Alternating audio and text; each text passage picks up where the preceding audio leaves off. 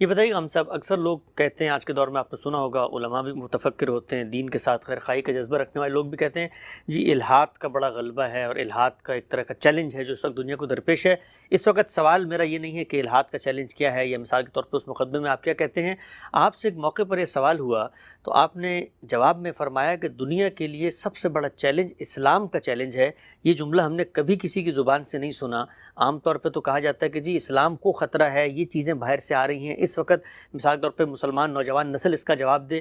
یہ جو آپ نے ایک دعویٰ فرمایا کہ دنیا کے لیے سب سے بڑا چیلنج اسلام ہے، اس دعوے کے پیچھے کیا دلائل ہیں؟ سلامتی ہے ان آنکھوں پہ جو ہدایت پہ نظریں جمائے بیٹھی ہیں، ان کانوں پہ جو ذکر خیر کے منتظر رہتے ہیں، اور ان قدموں پہ جو ہدایت کی راہ پہ گامزن ہیں۔ اس دنیا میں آپ کے پاس دو ہی چیزیں ہیں، ایک یہ کہ آپ اپنے حواس کے ذریعے سے مادے کا مشاہدہ کرتے ہیں، مادے میں حیات پیدا ہوتی دیکھتے ہیں، حیات میں شعور پیدا ہوتا دیکھتے ہیں، چنانچہ اس کو آپ سمجھنے کی کوشش کرتے ہیں، اس سے آپ کے سائنسی علوم وجود میں آتے ہیں۔ لیکن انسان مادے یا حیات میں شعور کے سمجھنے تک محدود نہیں رہتا، وہ یہ جاننا چاہتا ہے کہ اس کائنات کی حقیقت کیا ہے۔ مادہ ہے، یہ تو ایک واقعہ ہے، آیا کہاں سے؟ مادے میں شعور پیدا ہوتا ہے، یہ ایک واقعہ ہے، لیکن یہ شعور پیدا کیسے ہوتا ہے؟ اور اس سے پہلے حیات کیسے پیدا ہوتی ہے؟ یہ بڑے بنیادی سوالات ہیں۔ اب ظاہر ہے کہ ان بنیادی سوالات سے صرف نظر کر کے سائنس کا سفر شروع کیا گیا ہے۔ یعنی پہلے یہ مان لیا گیا ہے کہ یہ سوالات اس وقت ہمارا موضوع نہیں ہے۔ یہ ہو سکتا ہے کہ کبھی ہم ان کو موضوع بنائیں، لیکن اس وقت یہ ہمارا موضوع نہیں ہے۔ چنانچہ انسان نے اپنی پوری توجہ ان پچھلی 2-3 صدیوں میں اس دنیا پر مرکوز کر لی۔ اگر آپ دیکھیں تو یہ جو سیکولرزم کی اصطلاح ہے، یہ وجود میں کہاں سے آئی تھی؟ اب تو اس نے بہت سے دوسرے مفاہیم پیدا کر لیے ہیں، لیکن یہ وجود میں یہیں سے آئی تھی کہ تھوڑی دیر کے لیے مذہبیات، مابعد طبیعیات کو ایک طرف رکھ کے اپنی دنیا کو تو کچھ بہتر کر لیں، اس کے معاملات تو جو اللہ تعالیٰ نے ہمیں عقل دی ہے اس کی روشنی میں سمجھ لیں۔ تو یہ چیز انسان کی توجہات کا مرکز بن گئی، یعنی انسان توجہات کا مرکز بن گیا۔ انسان کی بہبود، انسان کی بہتری، انسان کہاں رہتا ہے، اس کو کیا ماحول میسر ہے، وہاں اسے کیا سہولتیں میسر ہیں، یہ سہولتیں کیا بڑھائی جا سکتی ہیں، انسان کو جو اللہ نے صلاحیتیں دی ہیں کیا ان میں اضافہ کیا جا سکتا ہے، ساری توجہات کا مرکز یہ چیز بن گئی۔ اس کے غیر معمولی نتائج نکلے ہیں۔ یعنی آج ہم جس دنیا میں رہتے ہیں، اگر اس دنیا کو آج سے 200-300 سال پہلے کا کوئی آدمی آ کر دیکھے تو یہ واقعہ ہے کہ وہ باور نہ کرے کس دنیا میں آ گیا ہے۔ یعنی اس کے لیے یہ بالکل ایک اجنبی دنیا تھی۔ یہ وہی چیز ہے جس کو ہمارے شاعر نے اس طرح بیان کیا تھا کہ محو حیرت ہوں کہ دنیا کیا سے کیا ہو جائے گی۔ لیکن کیا جو بنیادی سوالات تھے ان میں سے کوئی سوال زیر بحث آ سکا ہے؟ اس کے بارے میں کوئی ایک بات کہنا بھی ممکن ہو سکا ہے؟ کیا اس پہ کوئی ایک قدم بھی آگے بڑھایا جا سکا ہے؟ نہیں۔ یعنی یہ بات کہ مادہ کہاں سے آیا، یہ بات کہ مادے میں حیات کہاں سے پیدا ہوتی ہے، یہ بات کہ شعور کہاں سے آ جاتا ہے، اس میں بڑی دلچسپ چیز یہ ہے کہ مادہ تو چلیے وجود میں آ چکا، حیات ہمارے سامنے پیدا ہوتی ہے، اور حیات میں شعور بھی ہمارے سامنے پیدا ہوتا ہے۔ یعنی ظاہر ہے کہ ہمارے بچے ہیں، جانوروں کے بچے ہیں، زندگی وجود پذیر ہوتی ہے، ہم اس کو دیکھتے ہیں، بلکہ انسانی زندگی یا حیوانی زندگی کا جب مشاہدہ کیا جاتا ہے تو یہ معلوم ہوتا ہے کہ اس کی پیدائش کا پورا عمل ہماری آنکھوں کے سامنے ہو رہا ہے۔ یعنی یہی خوراک کھائی جاتی ہے، یہی چیزیں ہمارے اندر جاتی ہیں، وہ فیکٹری جس میں یہ سب کچھ تیار ہو رہا ہے وہ بھی ہمارے سامنے ہے۔ ہم جب چاہیں اس کو اٹھا کر میز پر رکھ لیں اور اس کا پوسٹ مارٹم کر ڈالیں۔ یہ سب کچھ کے باوجود ہم جس جگہ پہلے دن کھڑے تھے اسی جگہ کھڑے ہیں۔ تو ظاہر ہے کہ یہ بہت بڑے بڑے سوالات ہیں۔ اب ان سوالات میں ایک سفر ہے جو انسان کر رہا ہے، وہ یہ ہے کہ ان کو فی الحال ایک طرف رکھ دیا جائے، ان سے صرف نظر کیا جائے، اور پھر بعض اوقات اپنے دل کی تسلی کے لیے یہ کہہ لیتا ہے کہ ہم نے بہت مشکلات حل کر لی ہیں اور بہت تحقیقات کر لی ہیں اور دنیا کے بڑے راز کھول لیے ہیں، ہم ایک دن یہ راز بھی کھول لیں گے اور یہ سب واضح ہو جائے گا۔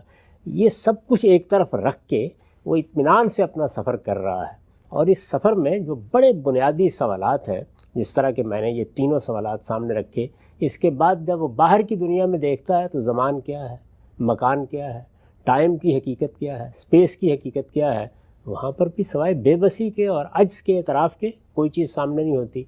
اس میں انسانوں نے جو اپنے تخیل سے دنیایں بنائی تھیں وہ بھی ایک ایک کر کے ختم ہوتی چلی جا رہی ہیں۔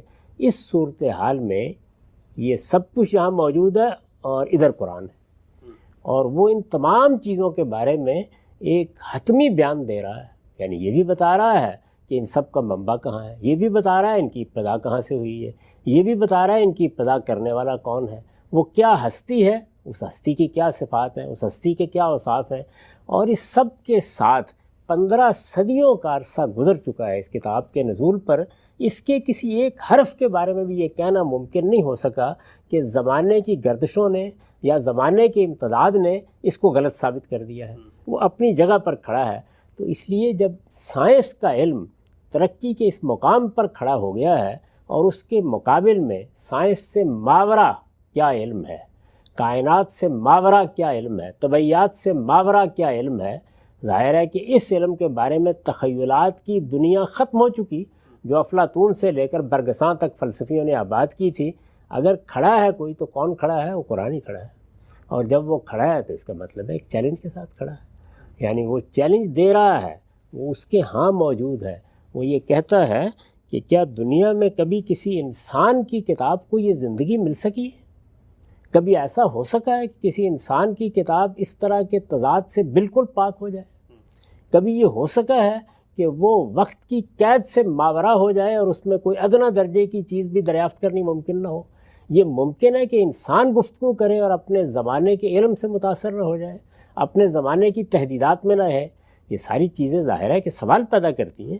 تو یہ سوال ہے جس کے ساتھ قرآن مجید یہ چیلنج دے رہا ہے کہ لو کان من عند غیر اللہ لوجدوا فیہ اختلافا کثیرا، اگر یہ کتاب کسی انسان کی کتاب ہوتی تو تم اس میں تضادات دیکھتے۔ گہرا نا یہ بات؟ اور تم اس کے پیغمبر کی زندگی پر نظر ڈالتے تو شاعروں کی طرح، ادیبوں کی طرح وہ بھی اسی طرح سے ٹرائل اور ایرر، صحیح و خطا سے گزرتا ہوا نظر آتا۔ کبھی نظر آیا تمہیں؟ قرآن مجید یہ چیلنج دے رہا ہے، اور پھر یہ کہتا ہے کہ یہ کتاب ہے اس شان کی کتاب، اس طرح دنیا کے تمام تصورات سے ماورا کتاب، اس طرح انسان کی صحیح و کاوش سے ماورا کوئی کتاب تمہارے پاس کتاب کیا ایک سورہ بھی ایسی ہے تو پیش کرو۔ اس چیلنج کے ساتھ قرآن موجود ہے، اس لیے اصل چیلنج یہی ہے جس کی طرف انسان توجہ نہیں کرتا، ورنہ یہ حقیقت ہے کہ جس طرح سائنس کے اکتشافات نے ہمیں ایک نئی دنیا سے روشناس کرایا ہے، اس دنیا سے ماورا دنیا سے قرآن جس اعتماد سے، جس اذعان سے اور جس طرح سے اور جس وضاحت سے متعارف کراتا ہے، روشناس کراتا ہے، وہ بجائے خود دنیا کے لیے ایک چیلنج ہے۔ چاہیں تو اس کے سامنے سر تسلیم خم کر کے اس پیغمبر کی بات کو مان لیں جو آسمان و زمین کی ساری حقیقتوں کے بارے میں خدا کی خبر دینے آیا تھا، اور چاہیں تو اس سے صرف نظر کر کے رہیں، لیکن اس کی آنکھوں میں آنکھیں ڈال کر اس کی تردید کرنا، اس سے گریز کرنا ممکن ہی نہیں۔ بہت ہی خوب، ہم سے بڑی ہی اہم بات آپ نے فرمائی۔ اچھا، اس بڑے سوال کا تو آپ نے جواب دیا کہ چیلنج کیسے بنتا ہے۔ ایک ضمنی پہلو جو زیر بحث ہے، لوگ اکثر اس پہ گفتگو بھی کرتے ہیں۔ آپ نے فرمایا تھا کہ کوئی کتاب ایسی نہیں ہے کہ جو اس طریقے سے کھڑی ہوئی ہو، جس کے اندر کوئی تضاد نہ ہو۔ لوگ عام طور پر مثالیں دیتے ہیں، کہتے ہیں مثال کے طور پر جی غالب کی کتاب تھی 300 سال آج تک ریلیونٹ ہے، لوگ پڑھ رہے ہیں، کتاب تو زندہ ہے، آگے ٹریول کر رہی ہے۔ ہمارے ہاں روز فزکس کے لوگ کتابیں لکھ رہے ہوتے ہیں، نصاب کا حصہ ہے، کتنے عرصے سے چل رہی ہے۔ تو کتابیں تو بہت ساری ہیں جو پرانی اب تک چلی آ رہی ہیں۔ ایسی کوئی ایک کتاب بھی نہیں، یعنی غالب کے کلام کو جب ہم پڑھتے ہیں تو کیا ان حقائق کی تحقیق کے لیے پڑھتے ہیں جو اس میں بیان کیے گئے ہیں؟ تو ہم پہلے اس کتاب کو کھولتے ہی جان لیتے ہیں کہ وہ تخیل کی کار فرمائی ہے۔ اس میں جو دعوے کیے گئے ہیں شاعرانہ دعوے ہیں، ان کا نہ شاعر سے کوئی تعلق ہے نہ حقائق سے کوئی تعلق ہے۔ ان کو ہم ایک ادب کی کتاب کے طور پر پڑھتے ہیں، حظ اٹھانے کے لیے پڑھتے ہیں۔ اس میں جو باتیں کہی گئی ہوتی ہیں وہ ہم جانتے ہیں کہ وہ باتیں درست نہیں ہیں، ان میں جو دعوے کیے گئے ہیں وہ دعوے درست نہیں ہیں۔ وہ انسانی شخصیت کو سامنے رکھ کر تخیل کی کار فرمائی ہے جس کا کمال ہم دیکھتے ہیں، جس کو اقبال نے بیان کیا ہے نا کہ محل ایسا کیا تعمیر عرفی کے تخیل نے، تصدق جس پہ حیرت خانہ سینہ و فارابی۔ تو شاعری اس کا نمونہ ہوتی ہے، اور اس سے لطف بھی اسی لحاظ سے اٹھایا جاتا ہے۔ وہ تو ہم امرؤ القیس کو بھی پڑھتے ہیں، آج بھی پڑھتے ہیں۔